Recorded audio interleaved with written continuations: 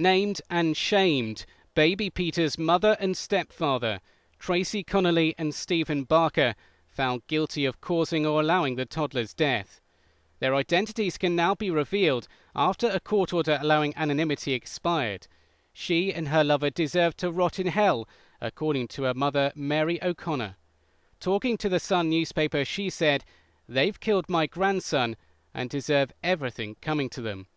But they could get new identities on their release from prison because their crimes are so notorious.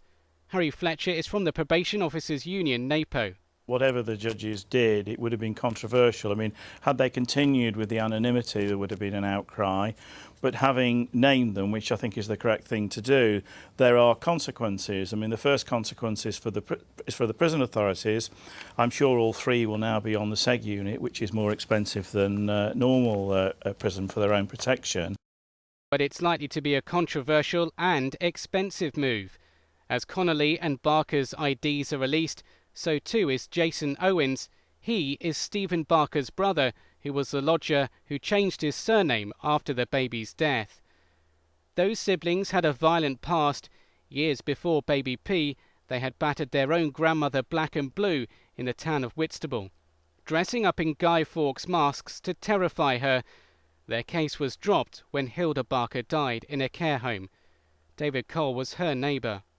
When we was ever talking to Hilda over the fence, the boys would always be with her, always, one either side of her. And so she just happened to raise her arm up and says, "Look, I've got all these bruises, Dave." I said, how'd you get them? And then the boy said, "Oh, she fell over."